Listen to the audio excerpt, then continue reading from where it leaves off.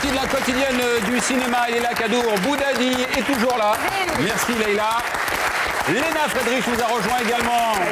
Salut avec toi. Ce soir, les coulisses du cinéma. Ce soir, c'est Léna et son orchestre. C'est pas moi qui chante, c'est Alex Bepin.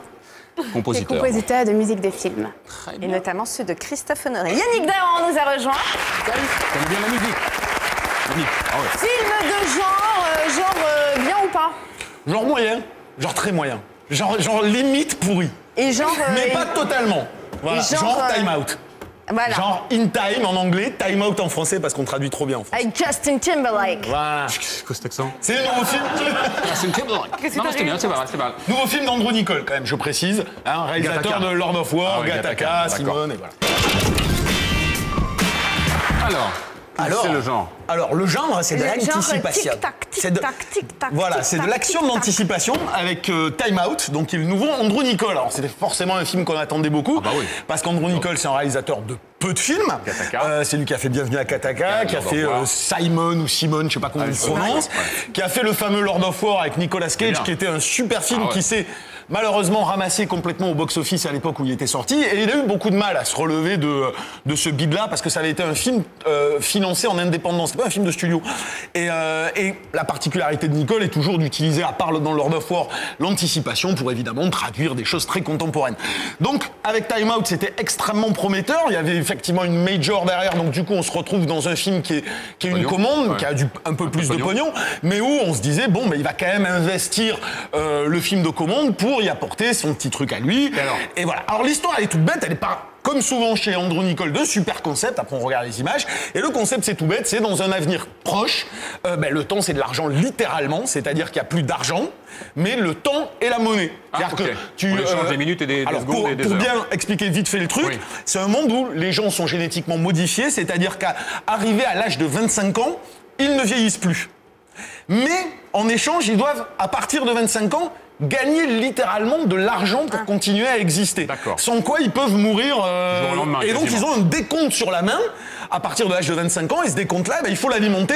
Sans quoi, si ça arrive à zéro, il crève. Terminé. Comme les Et- jeux vidéo où tu gagnes des points de Oui, vie voilà, au fur et à exactement. mesure Oui, de tes mais- missions. mais quoi. c'est littéralement comme de l'argent. C'est-à-dire que tu vas aller dans le film, t'achètes un café, il va te coûter 4 minutes. Ça te fait 4 minutes en moins sur ton décompte. Donc évidemment, on imagine toutes les conséquences que ça peut avoir. Des pourris qui vont essayer de tuer des gens pour récupérer leur temps.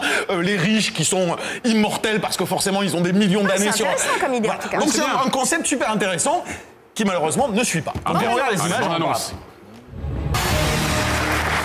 Ça va te coûter 2 minutes 30 pour parler du film. D'accord.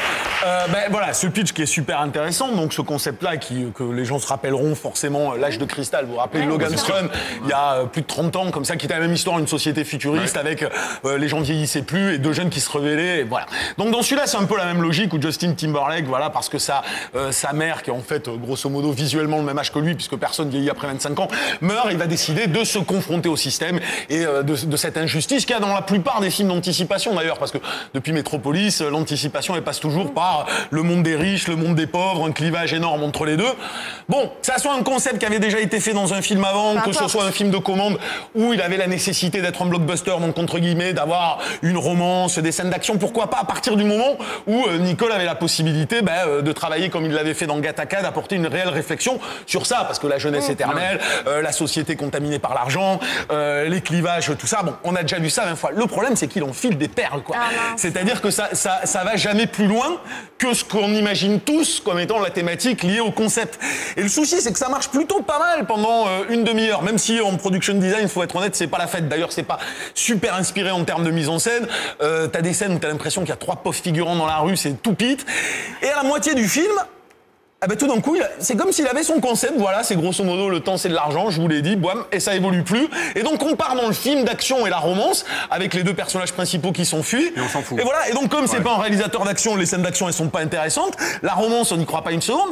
À la limite, toutes les invraisemblances qu'il y a dans le film, moi, m'aurait pas gêné si justement il y avait toute une symbolique, toute une métaphore intéressante derrière, on s'en taperait, sauf que comme il n'y a rien, tu tapes invraisemblance sur invraisemblance et au bout d'un moment tu te dis bon, alors ok ils ont des trucs là sur d'où ça vient, pourquoi, comment, On n'en sait rien. pas expliqué. Il y a eu une vague histoire avec le père de Justin Timberlake qui faisait la même chose que lui dans le film. On t'explique jamais pourquoi, on te le pose, on te le jette. Ok, la meuf, elle te tape 500 km en course à pied avec des talons aiguilles comme ça, tu fais ok, d'accord. Et s'ils sont modifiés génétiquement, c'est possible. Non, mais c'est pas parce qu'ils sont super balèzes. Hein. Mais c'est le même truc, c'est Justin Timberlake qui est un type comme n'importe quel autre, qui est un pauvre gars et tout ce que tu veux. Tout d'un coup, il te mate les guns comme Don John Woo, il se met à sauter sur les mecs, à tirer dans tous les sens, tu fais ok. Il n'y a pas de justification. Pourquoi Je ne sais pas, c'est juste il faut faire une scène d'action. Donc c'est en bon, à la décharge, au crédit du film plutôt, il y a une superbe lumière qui est faite par Roger Deakins, le chef-op des frères Cohen. Donc voilà, ça me fait au moins lui, il fait très bien son travail. Donc ça c'est super bien. Mais voilà, c'est vachement décevant pour un Andrew Nicole. C'est pas nul, c'est le moins pire de la semaine parce qu'il y a Andrew Nicole et que malgré tout il y a une ou deux belles scènes émotionnelles. Non, il est bien Justin Timberlake. Justin il est pas mal, la nana elle est sans intérêt. Lui il est pas mal, mais c'est surtout il y a 2-3 scènes émouvantes, tragiques qui sont plutôt réussies, mais c'est tout. Et on la met en gros plan parce qu'on est des bons copains. Dommage. Non mais elle est fadasse, Voilà, elle est fadasse pendant tout le elle est film, on y nulle. croit pas une Voilà. seconde. Allez. Décidément, chaque mardi, de surprise en surprise. La synthèse, Nicolas. Sans voix. Alors, c'est un scoop parce que les téléspectateurs n'ont pas vu ce que je vais vous conter, à savoir Yannick Dahan pendant le reportage du Monde de l'ENA. Donc, Dahan, au départ, il pige rien, si tu veux. Alex Bopin, Christophe Honoré, Ludivine Seigné, tu vois, mais vraiment, il est là.